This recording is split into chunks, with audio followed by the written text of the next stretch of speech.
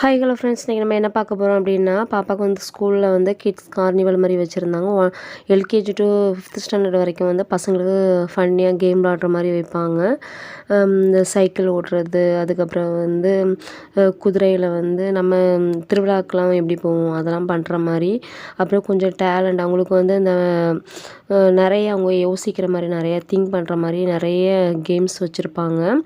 6th ஸ்டாண்டர்டுக்கு வந்து maximum வந்து parents வந்து மட்டும் வருவாங்க. மற்ற எல்லா ஸ்டூடெண்ட்ஸும் வந்து ஒவ்வொரு ப்ராஜெக்ட்டும் பண்ணி வைக்கிற மாதிரி இருக்கும். ஆனால் எல்கேஜிக்கெலாம் என்னென்னா அவங்களே வந்து பேரண்ட்ஸோடு வந்து பசங்களை கூப்பிட்டு போயிடலாம். மார்னிங் வந்து ஸ்கூலுக்கு கூப்பிட்டு நம்ம கொண்டு விடணும்.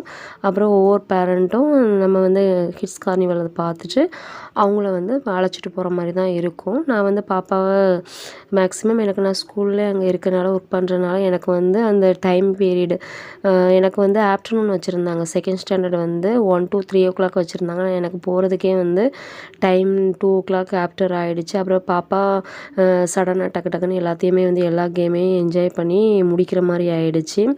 லாஸ்ட்டாக ஒரு பலூன் கொடுத்து அதுக்கப்புறம் வந்து பிஸ்கெட்லாம் கொடுத்து அனுப்புனாங்க.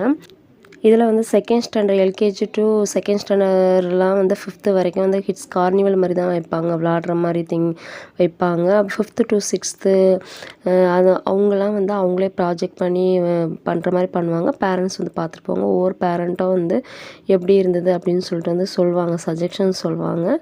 ஒவ்வொரு குழந்தையும் வந்து அவங்களே யூடியூப் பார்த்தோ இல்லைனா வந்து அவங்க க்ரியேட்டிவாக எவ்வளோ பண்ணுறாங்களோ அவங்களே திங்க் பண்ணி வந்து பண்ணிட்டு வருவாங்க. இல்லை பயாலஜி, மேக்ஸு, தமிழில் வந்து மேக்ஸிமம் நம்மளோட அந்த தானியங்கள் அதை பற்றி பேசுவாங்க.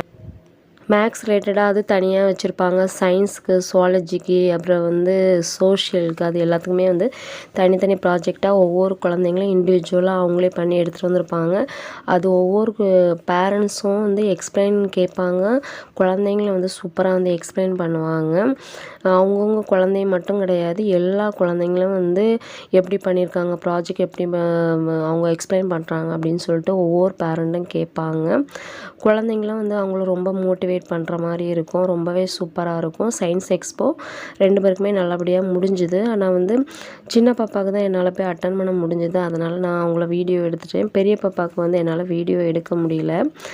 அதுக்கப்புறம் வந்து எல்லாமே முடிஞ்சு பாப்பாவுக்கு பலூன்லாம் கொடுத்தாங்க. நாங்கள் வரவே கொஞ்சம் லேட் ஆனதுனால அதுக்கப்புறம் வந்து பாப்பா எல்லாத்தையும் முடிச்சுட்டு அப்புறம் வந்து கம்ப்ளீட் பண்ணவே கொஞ்சம் லேட் ஆகிடுச்சு. எல்லோரும் 3 o'clock எல்லாமே எடுத்துட்டாங்க. ஃபோட்டோஷூட் பசங்களுக்கு வந்து டோரா, அதுக்கப்புறம் வந்து சோட்டா பீம், அனுமார் அதெல்லாம் வச்சு பசங்களுக்கு ஃபோட்டோஷூட் எடுத்தாங்க. பாப்பா ஒரு பலூனே வாங்கிட்டு பிஸ்கெட் பாக்கெட்டும் வாங்கிட்டு அப்புறம் நாங்கள் வந்து கிளம்பிட்டோம். எல்லா பசங்களும் வீட்டுக்கு கிளம்பிட்டாங்க. நான் 4:30 வரும்போது ஆஸ் யூஷுவல் பாப்பா வந்து வீட்டுக்கு கூப்பிட்டு வந்தேன். அவ்வளோதான் ஃப்ரெண்ட்ஸ். நெக்ஸ்ட் வீடியோவில் மீட் பண்ணுறேன். அது வரைக்கும் பாய் ஃப்ரெண்ட்ஸ்.